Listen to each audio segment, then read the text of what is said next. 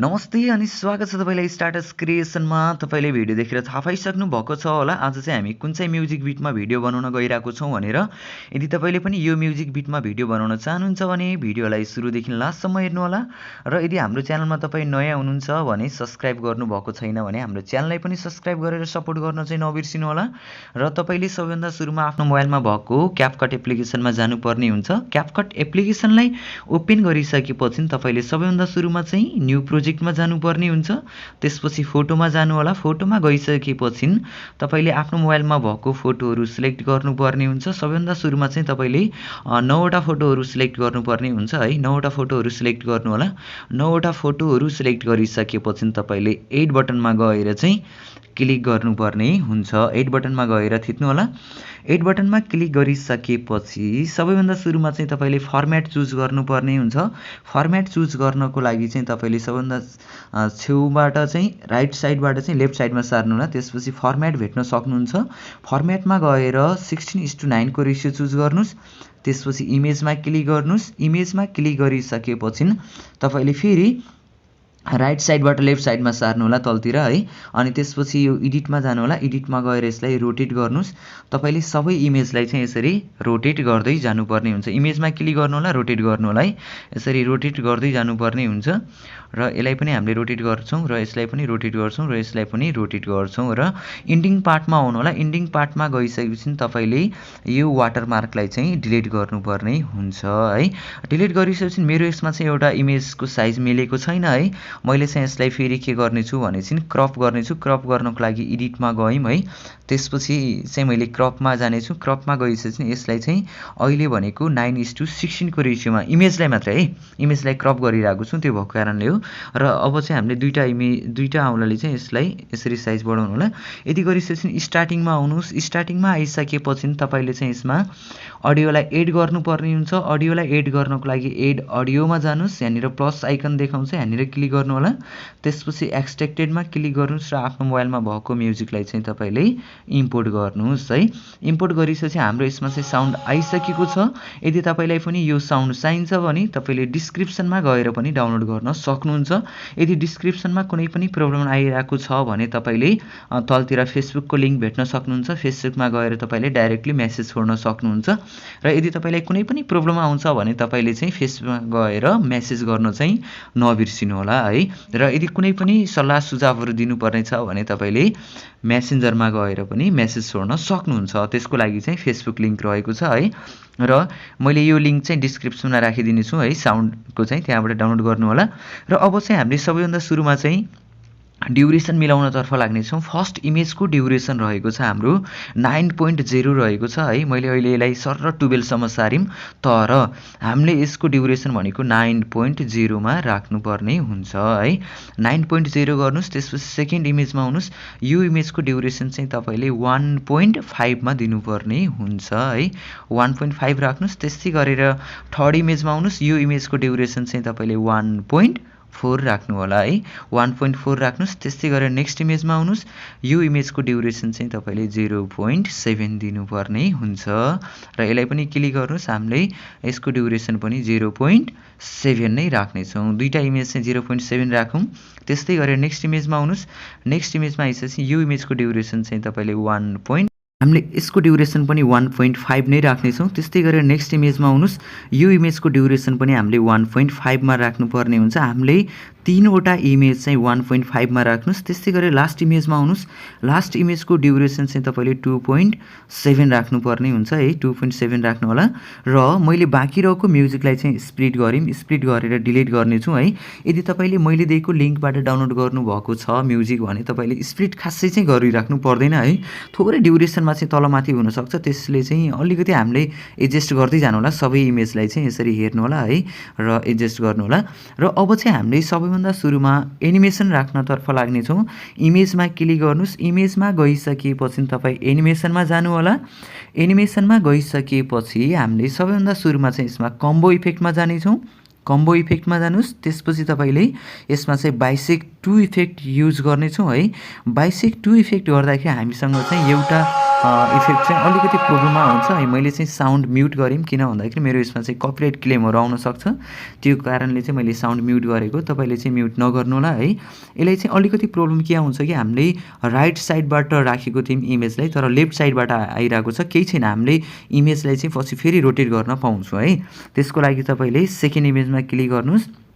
अब चाहिँ हामीले पेन्डुलम 1 राख्नुहोस्। सबै इमेजलाई पेन्डुलम 1 राख्दै जानु होला, कुनै पनि इमेज नछोडिकन पेन्डुलम 1, र यसलाई पनि पेन्डुलम 1 गर्नुहोस्। यसलाई पनि हामीले पेन्डुलम 1 र सबै इमेज है, सबै इमेजलाई हामीले पेन्डुलम 1 राख्नु होला, र यसलाई पनि हामीले पेन्डुलम 1 नै युज गर्नेछौँ। र ओके गरिसकेपछि हाम्रो इमेज फर्स्ट इमेज चाहिँ लेफ्ट साइडबाट आइरहेको छ। त्यसो भए अब हामीले के गर्ने त, इमेजमा क्लिक गर्नुहोस् अघिको जस्तै है। फेरि हामीले के गर्ने, एडिटमा जाने, एडिटमा गएर यसलाई के गरौँ, रोटेट गर्नुहोस्, अनि हाम्रो राइट साइडबाट चाहिँ अब इफेक्टहरू आउनेछ है। इफेक्ट आइसकेपछि अब चाहिँ मैले यो 6 निर क्लिक गरेँ है, ठ्याक्कै 0.6 आइरहेको छ नि है, 0.06 आइरहेको छ माथि, हेर्नु त हो। यहाँनिर क्लिक गरिसकेपछि अब चाहिँ हामीले इफेक्ट राख्नेछौँ। इफेक्टको लागि चाहिँ हामीले यो इफेक्टमा चाहिँ नजानु होला है। यो इफेक्ट भनेको चाहिँ हाम्रो म्युजिक इफेक्ट हो, हामीले भिडियो इफेक्ट राख्नुपर्ने हुन्छ। त्यसको लागि थोरै ब्याक आउनुहोस्, त्यसपछि इफेक्ट भन्ने भेट्न सक्नुहुन्छ। यहाँनिर स्टार दिएको छ होइन, इफेक्टमा जानुहोस्, त्यसपछि भिडियो इफेक्टमा क्लिक गर्नुहोस्। भिडियो इफेक्टमा गइसकेपछि हामीले यसमा चाहिँ एउटा इफेक्ट युज गर्नेछौँ। कुन चाहिँ इफेक्ट भन्दाखेरि हामीले यसमा चाहिँ ब्ल्याक फ्ल्यास राख्नेछौँ। त्यसको लागि तपाईँ पार्टीमा क्लिक गर्नु होला, पार्टी इफेक्टमा, त्यसपछि ब्ल्याक फ्ल्यासमा क्लिक गर्नुहोस्, र यसको ड्युरेसन चाहिँ हामीले ठ्याक्कै यो 8 सम्म राख्नुहोस्। 8 भन्दा थोरै यता राख्दा नि हुन्छ है, अथवा तपाईँले यहाँनिर चाहिँ म्युजिक सुन्न सक्नुहुन्छ। मैले चाहिँ थोरै म्युजिक अन गरेँ है। ओके, हाम्रो ल यतिमा छ, हल्का बढाउँदा नि केही फरक पर्दैन होइन। यतिमा फेरि हामीले नेक्स्ट इफेक्ट राख्नेछौँ। भिडियो इफेक्टमा जानुहोस्। भिडियो इफेक्टमा गइसकेपछि तपाईँले ट्रेन्डिङमा पनि खोज्न सक्नुहुन्छ, अथवा पार्टी इफेक्टमा पनि रहेको छ होला है। मैले चाहिँ ट्रेन्डिङमा गयौँ। ट्रेन्डिङमा गइसकेपछि यहाँनिर चाहिँ हामीले एउटा इफेक्ट खोज्नेछौँ। कुन चाहिँ इफेक्ट भनेपछि ओके, म चाहिँ यहाँनिर फ्लासिङ इफेक्टहरू खोजिरहेको छु है। तपाईँले यहाँनिर चाहिँ कुनै पनि फ्लासिङ इफेक्टहरू, जस्तै ब्ल्याक फ्लासिङ आएको थियो, त्यो पनि राख्न सकियो होइन। हामीले अरू इफेक्ट यहाँनिर चाहिँ यो फ्लासिङ फ्रेम भनेको छ, यसमा क्लिक गर्नुहोस्, र ओके गरिसकेपछि अब चाहिँ हामीले यसको ड्युरेसनलाई पनि म्यानेज गरेर राख्नेछौँ। यसलाई यहाँदेखि यहाँसम्म राख्नुहोस्, र एकपटक यसलाई प्ले गरेर हेरौँ है। ओके, मैले चाहिँ यसको ड्युरेसनलाई हल्का यहाँसम्म राख्यौँ है फ्लासको, अनि त्यसपछि यसलाई थोरै घटायौँ फेरि, र यसलाई प्ले गरौँ। ओके, यसलाई अझै मैले घटायौँ, अब चाहिँ यसलाई बढाउँछु है। ओके, ल मिलेको छ। अब यति भइसकेपछि हामीले चाहिँ यसलाई चाहिँ यहाँनिरदेखि सेट गर्नु होला है, ठ्याक्कै 0 निरबाट है, यहाँनिरबाट सेट गर्नु होला। सेट गरिसकेपछि अब हामीले यसमा चाहिँ कुन चाहिँ इफेक्ट युज गर्नेछौँ त, मेटर इफेक्ट। मेटर इफेक्टको लागि फेरि भिडियो इफेक्टमा जानेछौँ। भिडियो इफेक्टमा गइसकेपछि हामीले यसमा चाहिँ डिटेल रहेको छ होइन, डिटेलमा पनि जान सकिन्छ, अथवा तपाईँले कुनै पनि ओके, यहाँनिर गएर चाहिँ तपाईँले फेरि भिडियो इफेक्टमा जानु होला। भिडियो इफेक्टमा गइसकेपछि हामीले चाहिँ यसमा मेटर इफेक्ट युज गर्नुपर्ने हुन्छ। त्यसको लागि तपाईँले स्पार्कमा जानु होला। स्पार्कमा गएर मेटर इफेक्ट सिलेक्ट गर्नुहोस्, र ओके, मेटर इफेक्टको ड्युरेसन चाहिँ हाम्रो यहाँसम्म रहेको छ, र यसलाई फेरि कपी गर्नेछौँ। कपी गरिसकेपछि यसलाई पनि यसमा सेट गर्नु होला। सेट गरिसकेपछि अब चाहिँ हामीले के गर्नेछौँ भनेपछि यहाँनिर चाहिँ थोरै साउन्डलाई प्ले गरौँ है।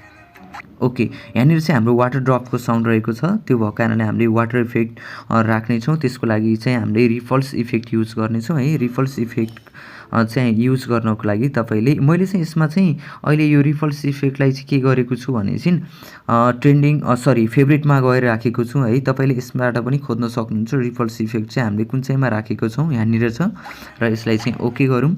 ओके गरिसकेपछि यसलाई यहाँदेखि यहाँसम्म, यसको ड्युरेसन यहाँदेखि यहाँसम्म रहेको छ। फेरि कपी गर्नुहोस्, र यसको ड्युरेसन यहाँसम्म सेट गर्नुहोस्, र बाँकीमा चाहिँ मैले मेटर इफेक्ट युज गर्नेछु। त्यो भएको कारणले कपी गरेर थिचिराख्नुहोस्, र यहाँनिर ल्याउनु होला। यसरी ल्याइसकेपछि यसको ड्युरेसन एडजस्ट गर्नुहोस् है, अनि फेरि कपी गर्नुहोस्। कपी गरेपछि यसको ड्युरेसन पनि यहाँसम्म सेट गरौँ, र यसलाई पनि हामीले सेट गरेर हेरौँ, र यसलाई पनि कपी गर्नुहोस्। यसको ड्युरेसन यहाँसम्म सेट गरौँ है। अब हाम्रो यसमा चाहिँ यसरी आइसकेको छ। यदि तपाईँले यसमा कुनै पनि इफेक्ट राख्न चाहनुहुन्छ भने इफेक्ट राख्न सक्नुहुन्छ स्टार्टिङदेखि है। त्यसको लागि पनि हामी भिडियो इफेक्टमा जानेछौँ।